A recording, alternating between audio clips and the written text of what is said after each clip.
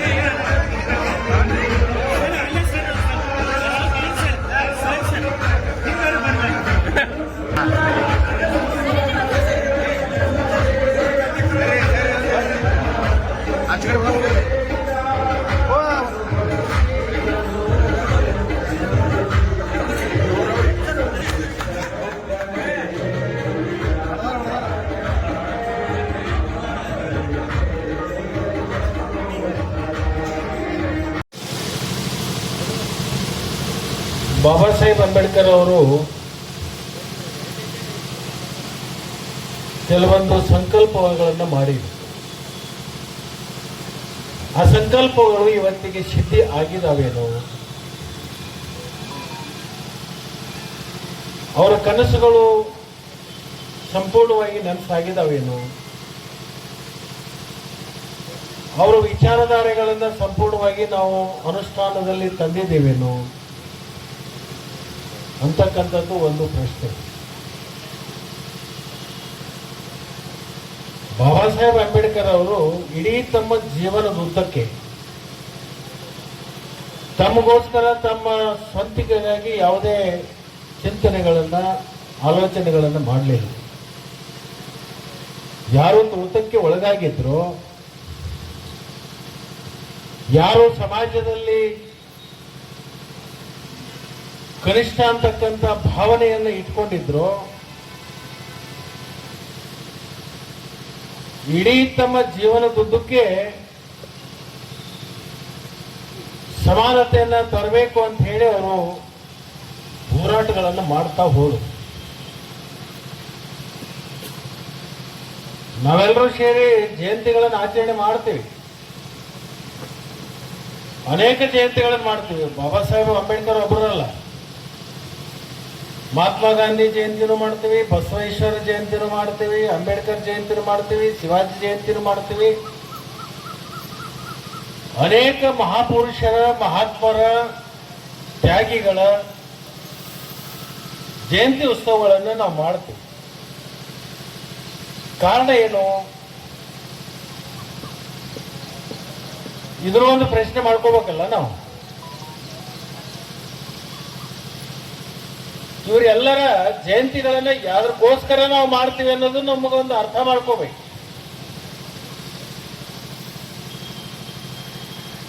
ಮತ್ತೆ ಇತ್ತೀಚೆಗೆ ಹೆಂಗಾಗಿದಪ್ಪ ಅಂತಂದ್ರ, ಆ ಮಹಾತ್ಮರು ಯಾವ ಸಮಾಜದಾಗ ಹುಟ್ಟಿದಾರಲ್ಲ, ಆಯಾ ಸಮಾಜದವ್ರು ಕುಡ್ಕೊಂಡು ಅವ್ರು ಜಯಂತಿ ಮಾಡೋದು. ಬಸವಣ್ಣನ ಜಯಂತಿ ಮಾಡೋದಾದ್ರೆ 3 ಪಟ್ಟು ಇವತ್ತಿ ಜಡದ ಲಿಂಗಾಯತರು ಎಲ್ಲರೂ ಕೂಡ್ರಿ ಬರ್ರಿ ಬಸವಣ್ಣ ಜಯಂತಿ ಮಾಡೋಣ. ಬಟ್ 12ನೇ ಶತಮಾನದಲ್ಲಿ ಬಸವಣ್ಣವರು ಕ್ರಾಂತಿ ಮಾಡಿದ್ದು ಎದರಿಗೋಸ್ಕರ? ಬಸವಣ್ಣವರು ಪ್ರಖ್ಯಾತಿಯನ್ನು ಪಡೆದದ್ದು ಎದರಿಗೋಸ್ಕರ? ಜಗತ್ತು ಒಪ್ಪುವಂತ ಅನುಭವ ಮಂಟಪವನ್ನು ನಿರ್ಮಾಣ ಮಾಡಿ ಅಲ್ಲಂ ಪ್ರಭು ಅಧ್ಯಕ್ಷತೆ ಒಳಗಡೆ ನೂರಾರು ಜಾತಿಗಳನ್ನ ಒಂದ್ ಕಡೆ ಕೂಡಿಸಿದ್ರು. ಸಮಾನತೆ ಬರಬೇಕು, ಅಸ್ಪೃಶ್ಯತೆ ಹೋಗ್ಬೇಕು, ಮೇಲು ಕೀಳೆಂಬ ಭಾವ ಕಿತ್ತೊಗಿಬೇಕು ಅಂತ ಹೇಳಿ 12ನೇ ಶತಮಾನದಲ್ಲಿ ಬಸವಣ್ಣವರು ಕಲ್ಯಾಣದಲ್ಲಿ ಕ್ರಾಂತಿಯನ್ನ ಮಾಡಿದ್ರು. ಬಹುತೇಕ ನನಗನ್ಸುತ್ತೆ ಅಂಬೇಡ್ಕರ್ ಅವರು ಸಂವಿಧಾನವನ್ನ ಬರಿತಕ್ಕಂಥ ಸಂದರ್ಭದಲ್ಲಿ ಬಸವಣ್ಣವರ ವಿಚಾರಧಾರೆಗಳೇ ಅವರಿಗೆ ಪ್ರೇರಣೆ ಆಗಿತ್ತು ಅಂತಕ್ಕಂಥದ್ದನ್ನ ಇವತ್ತು ನಾವು ಮೆಲುಕು ಹಾಕಿದ್ರೆ ತಪ್ಪಾಗ್ಲಿಕ್ಕಿಲ್ಲ. ಅದರ ಆಧಾರವಾಗಿ ಇಟ್ಕೊಂಡು ಸಂವಿಧಾನವನ್ನ ರಚನೆ ಮಾಡಿ ಇವತ್ತು ಲಕ್ಷ್ಮಣ ಸವದಿ ವೇದಿಕೆ ಮೇಲೆ ನಿಂತು ಮಾತಾಡ್ತಕ್ಕಂಥ ಹಕ್ಕು ಏನಾದ್ರೆ ಸಿಕ್ಕಿದ್ರೆ ಅದು ಬಾಬಾ ಸಾಹೇಬ್ ಅವರು ಬರೆದಿರ್ತಕ್ಕಂಥ ಸಂವಿಧಾನದ ಶಕ್ತಿಯಿಂದ.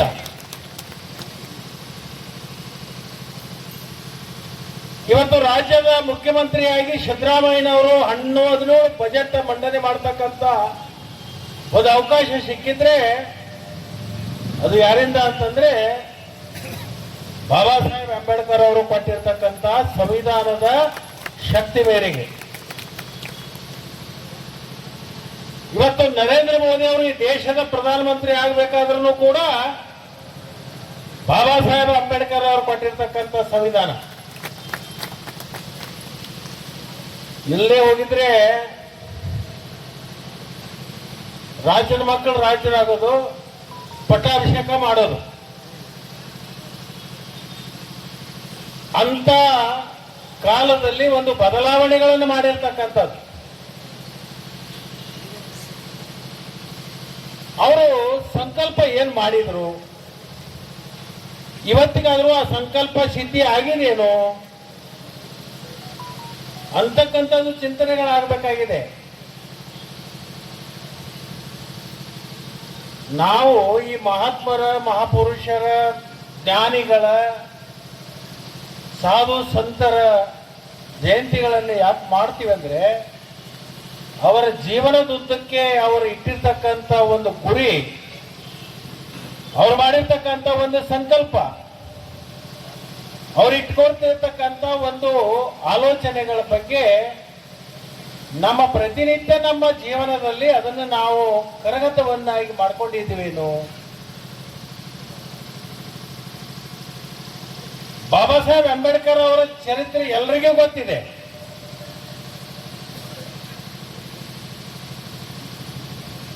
ಸೂರ್ಯ ಯಾರು ಅಂತಂದ್ರೆ ಮೇಲ್ಗಡೆ ತೋರಿಸ್ತಾರೆ.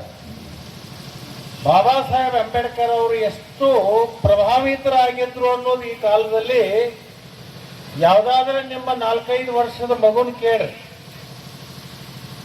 ಬಾಬಾ ಸಾಹೇಬ್ ಅಂಬೇಡ್ಕರ್ ಫೋಟೋ ತೋರಿಸಿದ್ ಯಾರು ಅಂತ ಕೇಳಿದ್ರೆ ಆ ಮಗು ಹೇಳ್ತದ ಇದು ಬಾಬಾ ಸಾಹೇಬ್ ಅಂಬೇಡ್ಕರ್ ಅಂತ. ಅದೇ ಮಗುನ ಅವ್ರ ಅಜ್ಜ ಮುತ್ತಜ್ಜನ ಫೋಟೋ ತಂದು ತೋರಿಸಿದ್ ಯಾರು ಫೋಟೋ ಅಂತ ಕೇಳಿದ್ರೆ ಗೊತ್ತಿಲ್ಲ ಅಂತ ಹೇಳ್ತಾರೆ. ಅಂದ್ರೆ ಅಷ್ಟು ಪ್ರಭಾವವನ್ನ ವಿಶ್ವದಲ್ಲಿ ಮೂಡಿಸಿರ್ತಕ್ಕಂಥವ್ರು ಅಂಬೇಡ್ಕರ್ ಅವರು. ಅವರ ಕನಸು ಏನಿತ್ತು ಅಂತಂದ್ರೆ ಇಡೀ ಮಾನವ ಕುಲ ಒಂದು ಅಂತಕ್ಕಂಥದ್ದು ಇರ್ಬೇಕು, ಮೇಲು ಕೀಳು ಅಂತಕ್ಕಂಥ ಭಾವ ಕಿತ್ತು ಹೋಗ್ಬೇಕು, ಬಡವ ಬಲ್ಲಿದ ಅಂತಕ್ಕಂಥದ್ದು ಅಳಿಸಿ ಹೋಗ್ಬೇಕು. ಸ್ವಾತಂತ್ರ್ಯ ಸಿಕ್ಕ 79 ವರ್ಷ ದಾಟಕ್ ಬಂದಿದ್ದೀವಿ, ಅದು ಆಗ್ಯದೇನು?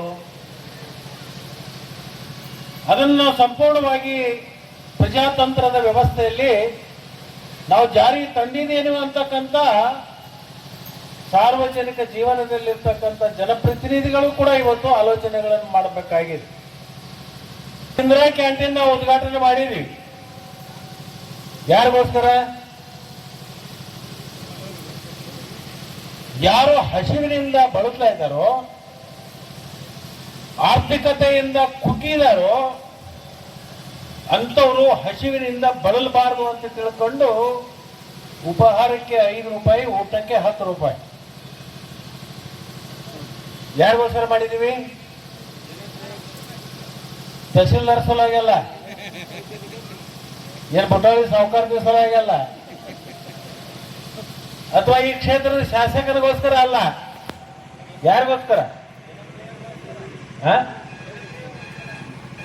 ಯಾರು ಹಣಕಾಸಿನಿಂದ ಕುಗ್ಗಿರ್ತಾರೋ, ಹಸಿವಿನಿಂದ ಬಳಲ್ತಾ ಇದ್ದಾರೋ ಅಂತ ಬಳಲ್ತಕ್ಕಂಥ ಹೊಟ್ಟೆಗೆ ಮರಗಬಾರದು ಅಂತ ತಿಳ್ಕೊಂಡು ಈ ಒಂದು ಕಾರ್ಯಕ್ರಮವನ್ನು ಜಾರಿಗೆ ತಂದಿರತಕ್ಕಂಥದ್ದು.